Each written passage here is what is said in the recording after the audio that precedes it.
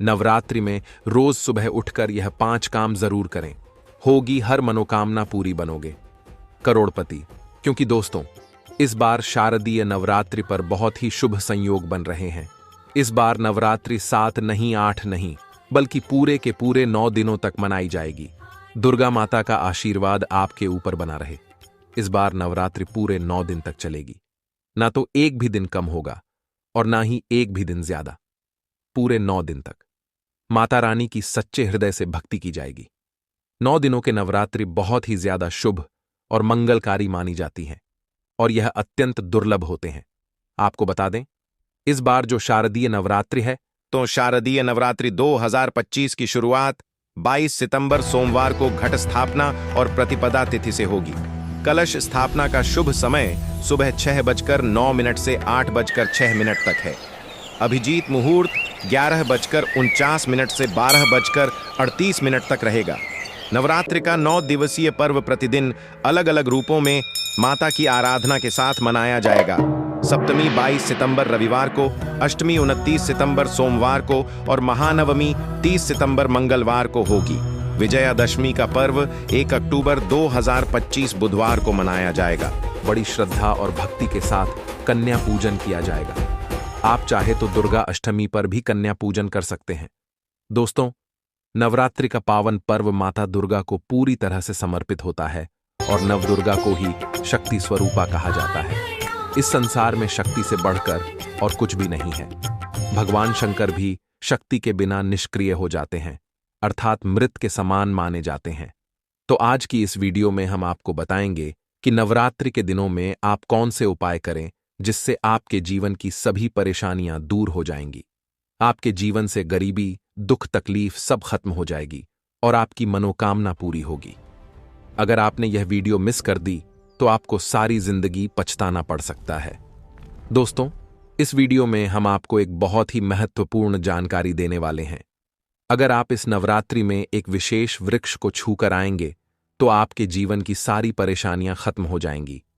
बस आपको उस पेड़ को छूकर आना है, इसलिए इस वीडियो को बिल्कुल भी मिस ना करें।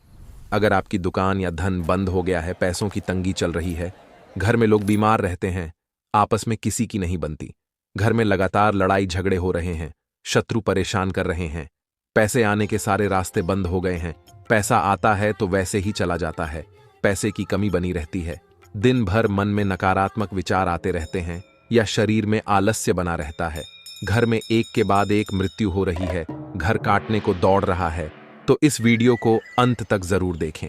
नवरात्रि के पावन पर्व पर, नवरात्रि के किसी भी दिन हम जो उपाय बताएंगे, अगर आपने इसे सच्चे मन से कर लिया तो आपको धनी बनने से कोई भी ताकत नहीं रोक पाएगी।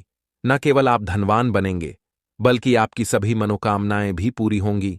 नवरात्रि के समय आपकी मनोकामनाएं पूरी होती दिखाई देंगी।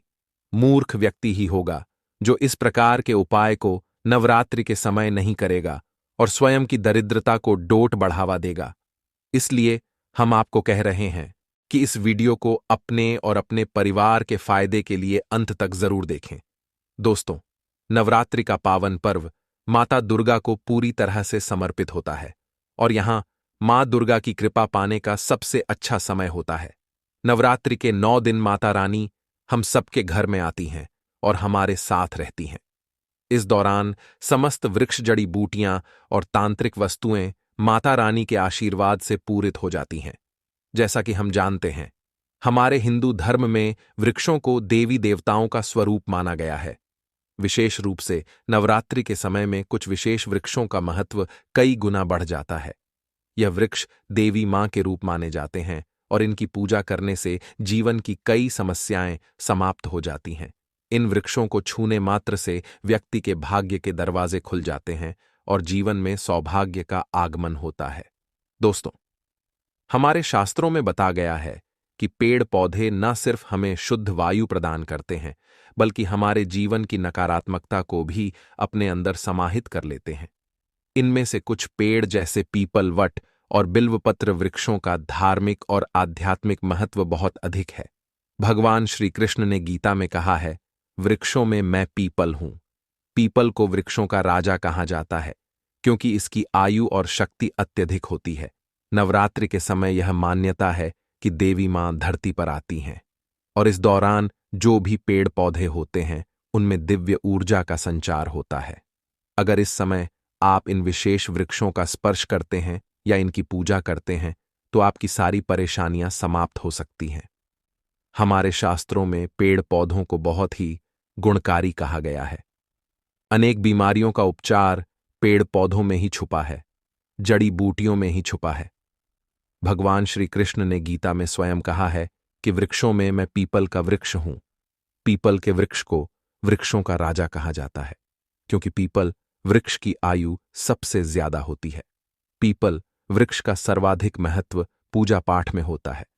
दोस्तों, इसीलिए भगवान श्री कृष्ण ने गीता में स्वयं कहा है कि मैं वृक्षों में पीपल का वृक्ष हूं।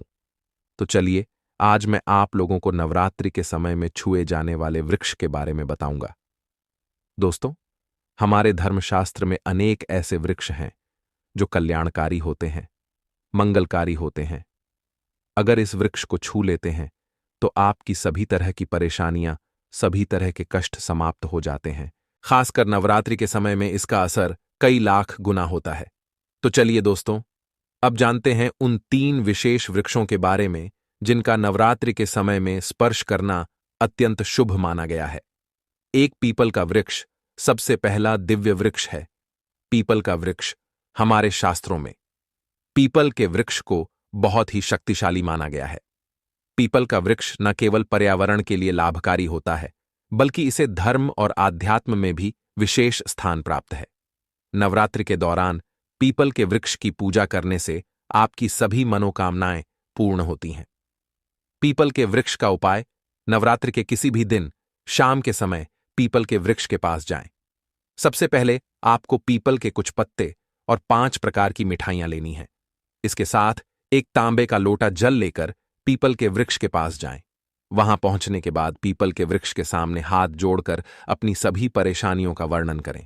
फिर पीपल के जड़ में तांबे के लोटे का जल चढ़ाएं। जल चढ़ाते समय मन ही मन अपनी मनोकामनाएं को दोहराएं। इसके बाद 5 प्रकार की मिठाइयां पीपल के पेड़ के नीचे अर्पित कर दें। दोस्तों, यह उपाय बहुत ही प्रभावी माना जाता है। ऐसा करने से माता लक्ष्मी और भगवान नारायण का आशीर्वाद प्राप्त होता है। नवरात्रि के दिनों में यह उपाय करने से आपके जीवन की सभी समस्याएं, विशेष रूप से धन से संबंधित समस्याएं दूर हो जाएंगी। दूसरा वृक्ष शमी का वृक्ष। दूसरा दिव्य वृक्ष है शमी का वृक्ष। शमी के वृक्ष को हमारे धर्म में माता जगदम्बा का स्वरूप माना गया है। नवरात्रि के समय में शमी के वृक्ष के नीचे दीपक जलाने से व्यक्ति की सभी परेशानियां दूर हो जाती हैं। शमी के वृक्ष का उपाय: नवरात्रि के किसी भी दिन संध्या काल में शमी के वृक्ष के नीचे जाएं और वहां दीपक जलाएं। आप चाहे तो इस समय लाल चूड़ी भी शमी के वृक्ष पर बांध सकते हैं। यह उपाय विशेष रूप से उन लोगों के लिए है जो सौभाग्य की प्राप्ति और मनोकामनाएं की पूर्ति चाहते हैं।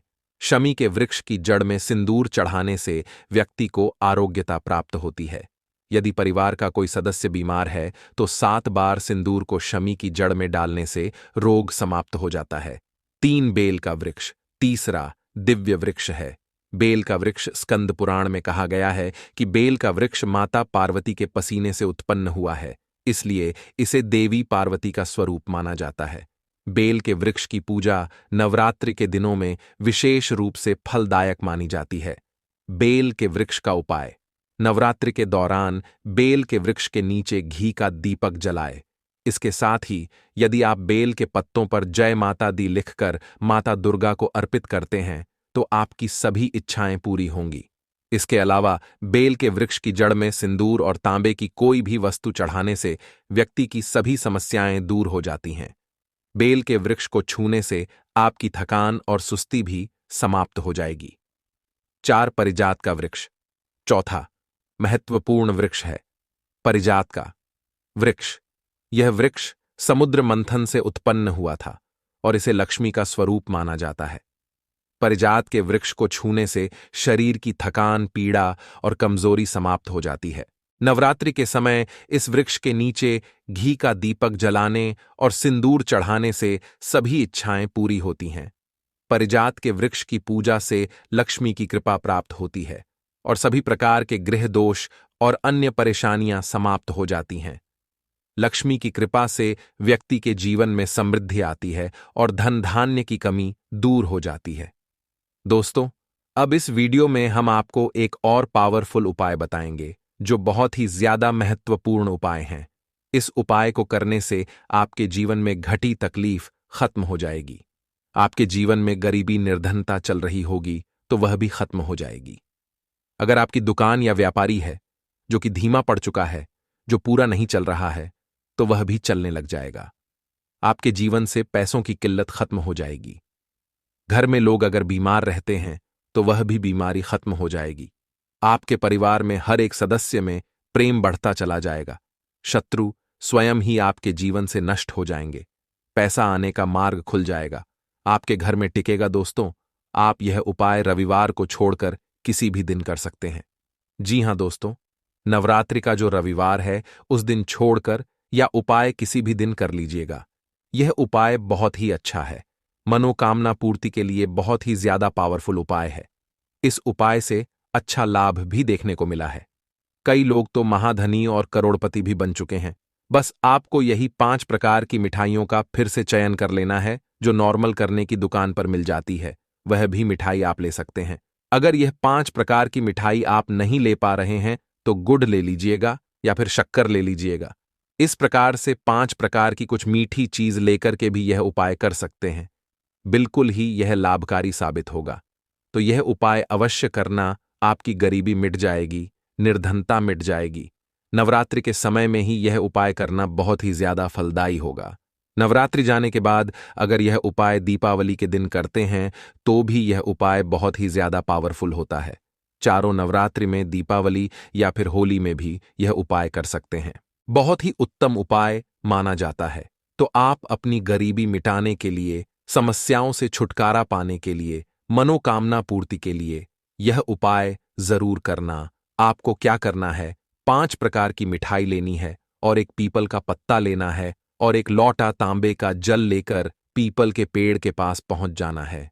पीपल के पेड़ के पास जाने के बाद आपको पीपल देवता से हाथ जोड़कर विनती करनी है और उसे जल को सबसे पहले आपको पीपल के नीचे डाल देना है और जल को डालते समय आपको अपनी मनोकामना बोलते जाना है।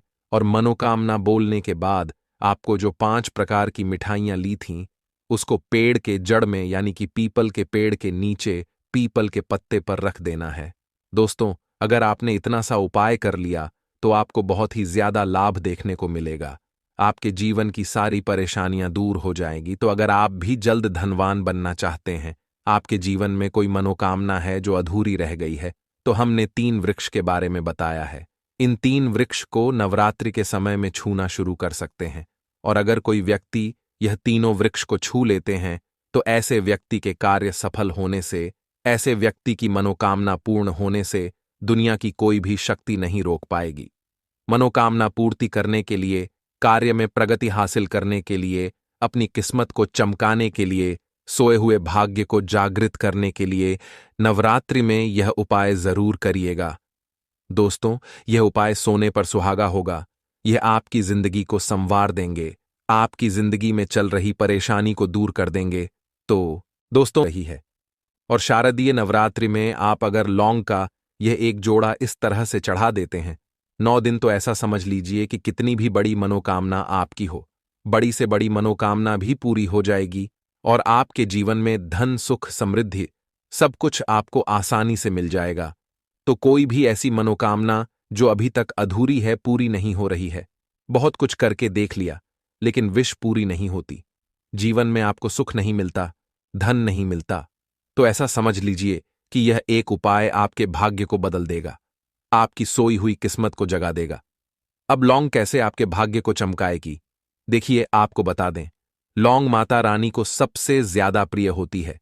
लौंग का जोड़ा माता रानी को अगर इस तरह से आप चढ़ाते हैं तो तुरंत के तुरंत मां आपसे प्रसन्न होती हैं और आपके जीवन में धन, सुख, समृद्धि सब कुछ आपको देती है। तो लौंग के कुछ ऐसे उपाय, कुछ ऐसे टोटके जो आज की वीडियो में आपको बताएंगे, आपके भाग्य को रातों रात चमकाने का काम करेंगे और मां लक्ष्मी की कृपा हमेशा घर पर बनी रहेगी। हमेशा आपके घर में पैसा आएगा। इस तरह से पैसा आएगा कि आप खुद भी नहीं समझ पाएंगे आपके जीवन में यह चमत्कार हो कैसे रहा है। तो सच्ची श्रद्धा से किए गए उपाय जरूर सफल होते हैं और चमत्कार भी होते हैं। आपने बहुत सारे लोगों के जीवन में देखा होगा कि अचानक से ही वह धनवान बन जाते हैं, अचानक से ही उनकी मनोकामना पूरी हो जाती है। अगर कोई भी ऐसी मनोकामना जो आपको लगता है ना कि मेरी इच्छा पूरी नहीं होगी, मुझे जीवन में यह चीज शायद नहीं मिलेगी, तो ऐसा समझ लीजिए कि अब आपकी कितनी भी बड़ी मनोकामना हो, उसे मां दुर्गा पूरा कर देंगी। तो छोटी सी लौंग, जिसे हम मसाले में इस्तेमाल करते हैं, उपयोग करते हैं। हम अक्सर मसाले में, हमारे रसोई घर में ही हमें लौंग मिल जाती है। यह छोटी सी लौंग आपके जीवन में इतना चमत्कार करेगी कि आपको खुद भी इस बात पर विश्वास नहीं होगा कि कैसे आपके जीवन के इतने बड़े बड़े दुख इतनी जल्दी दूर हो गए। नवरात्रि के 9 दिनों में मां दुर्गा के 9 स्वरूपों की पूजा की जाती है। नवरात्रि के दिनों में भक्त माता दुर्गा को प्रसन्न करने के लिए तरह तरह के उपाय करते हैं। बहुत से उपाय करते हैं जिससे कि मां का आशीर्वाद हमें मिले और हमारे जीवन में भी धन आए, सुख आए, वैभव आए और कभी भी कर्जे जैसी समस्याएं घर में ना आएं, और मां दुर्गा बहुत जल्दी प्रसन्न होती हैं। जब भी आप लौंग का उपाय करते हैं, नवरात्रि में लौंग के बिना माता रानी की पूजा ही अधूरी होती है, तो आप समझ सकते हैं कि लौंग का कितना महत्व है। तो एक तरह से लौंग के बिना आपकी पूजा ही अधूरी होती है। यह बात तो सभी जानते हैं कि हम माता रानी को लौंग अर्पित करते हैं, लेकिन किस तरह से अर्पित करनी है, यह जानकारी आपको देना बहुत जरूरी है। जिस तरह से हम आपको उपाय बताएंगे, अगर इस तरह से आपने उपाय कर लिया तो ऐसा समझ लीजिए कि फिर आपकी किस्मत को चमकने में ज्यादा देर नहीं लगेगी। तो इस तरह से आप जब माता रानी को लौंग चढ़ाएंगे तो मां दुर्गा के 9 स्वरूपों का आशीर्वाद आपको मिलेगा और आपकी सभी मनोकामनाएं पूरी हो जाएंगी। इसी के साथ आप जब लौंग माता रानी को अर्पित करते हैं, उनको चढ़ाते हैं, तो आपके जो ग्रह होते हैं, नक्षत्र होते हैं, वो आपको शुभ प्रभाव देने लगते हैं। कुंडली में अगर कोई ग्रह ठीक नहीं है, वह ग्रह भी आपके ठीक हो जाते हैं। तो चलिए बात कर लेते हैं 2 लौंग किस तरह से आपको चढ़ाना है और किस तरह से इस उपाय को करना है। 2 फूल वाली लौंग लेंगे। लौंग बिल्कुल टूटी हुई ना हो, बिल्कुल खंडित ना हो, साबुत लौंग आपको लेनी है। टूटी हुई लौंग कभी भी पूजा में नहीं ली जाती है। एक लेना है।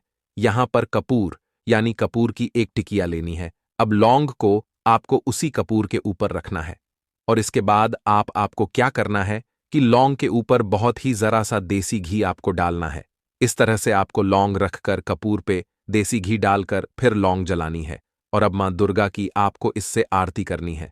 देखिए, लौंग और कपूर तो बहुत लोग मां को अर्पित करते हैं, चढ़ाते हैं, लेकिन देसी घी अगर आप उसमें जरा सा डाल देते हैं तो ऐसा समझ लीजिए कि रातों रात आपका भाग्य चमक जाता है, सोई हुई किस्मत जाग जाती है।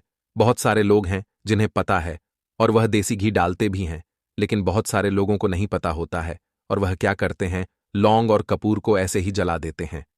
दूसरी चीज, बहुत सारे लोग एक लौंग भी ले लेते हैं। कभी भी एक लौंग आपको नहीं जलानी है। लौंग को हमेशा जोड़े में ही आपको चढ़ाना होता है, मां दुर्गा को अर्पित करना होता है।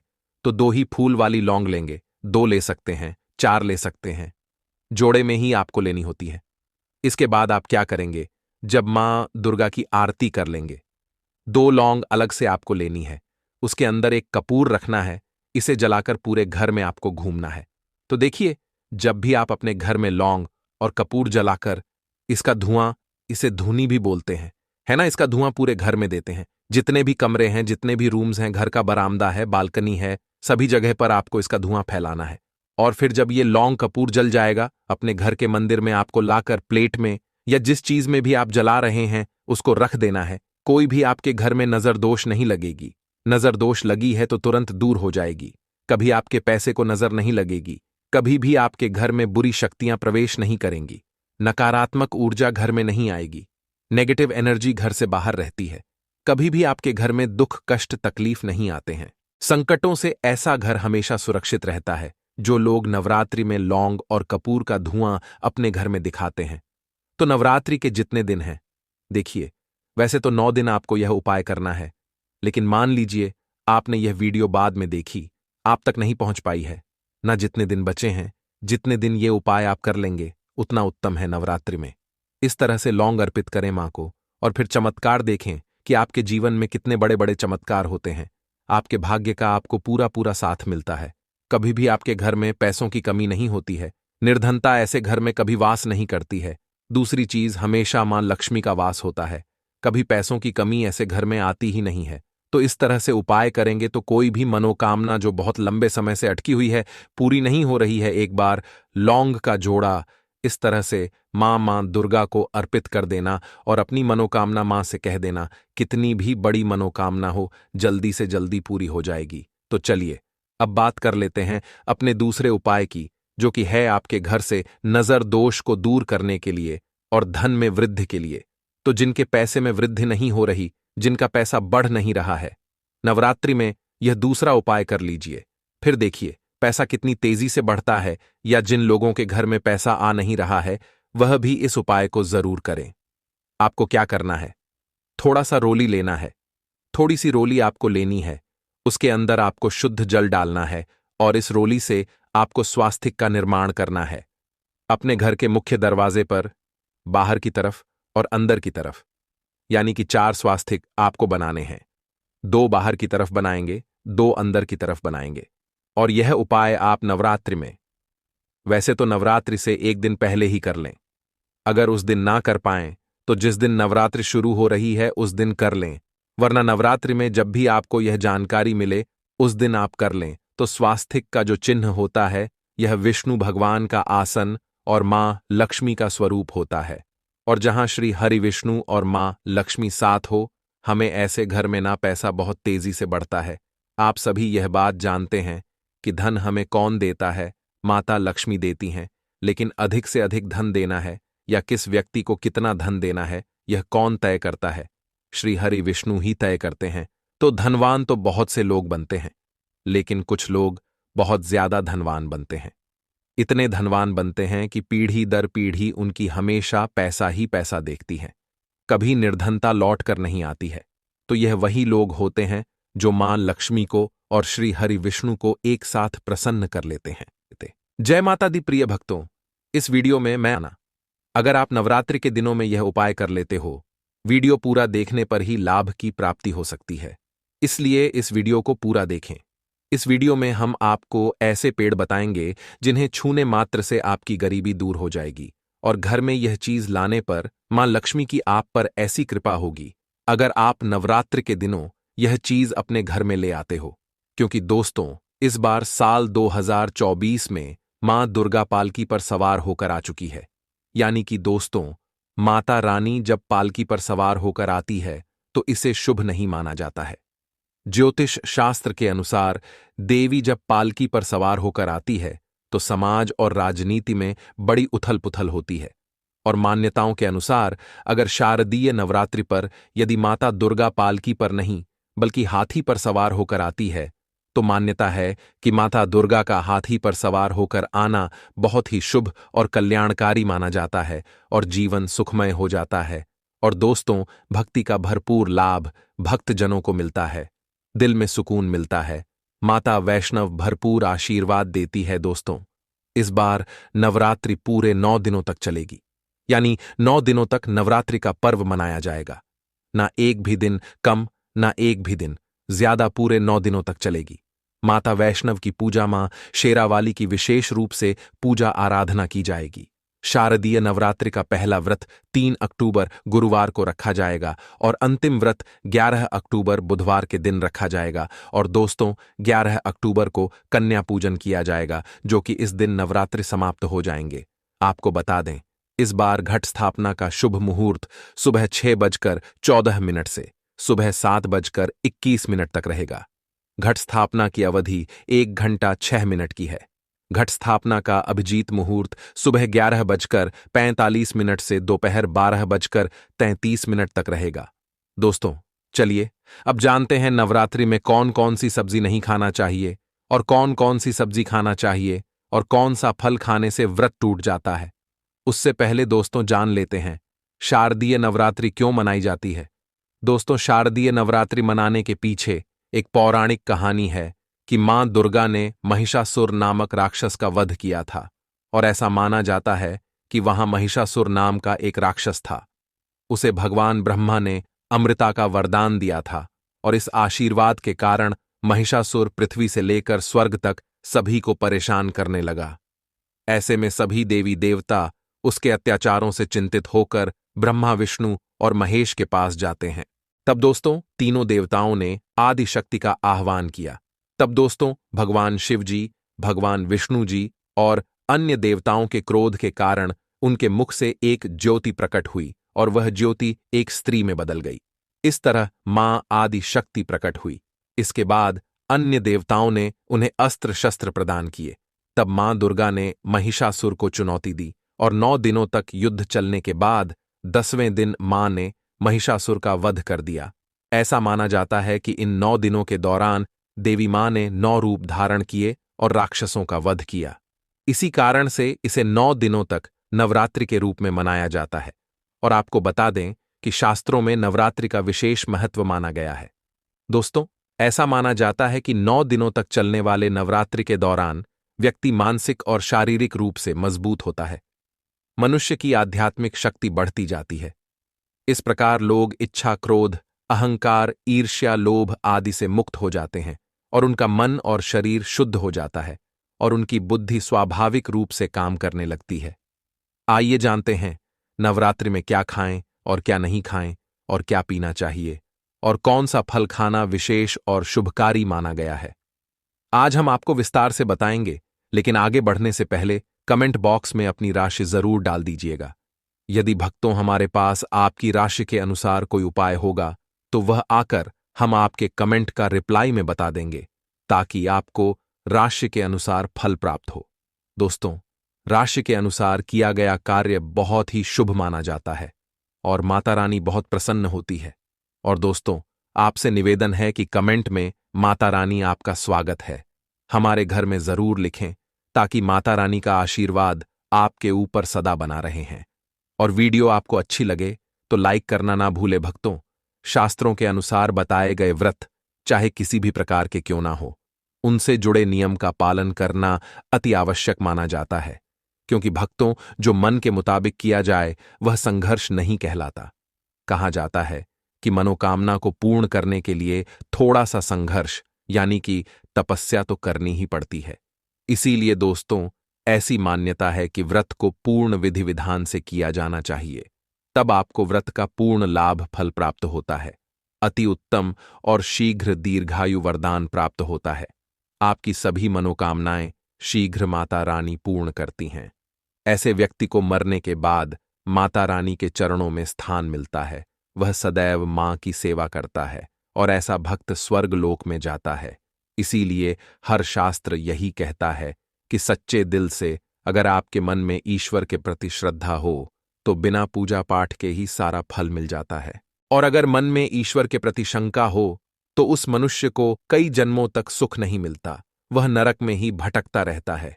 भागवत गीता में भगवान श्री कृष्ण जी ने स्वयं कहा था, भक्तों जो मनुष्य सच्चे हृदय से ईश्वर को पुकारता है तो उसका नाता उस शक्ति से जुड़ जाता है जिसे आपने सच्चे हृदय से पुकारा था।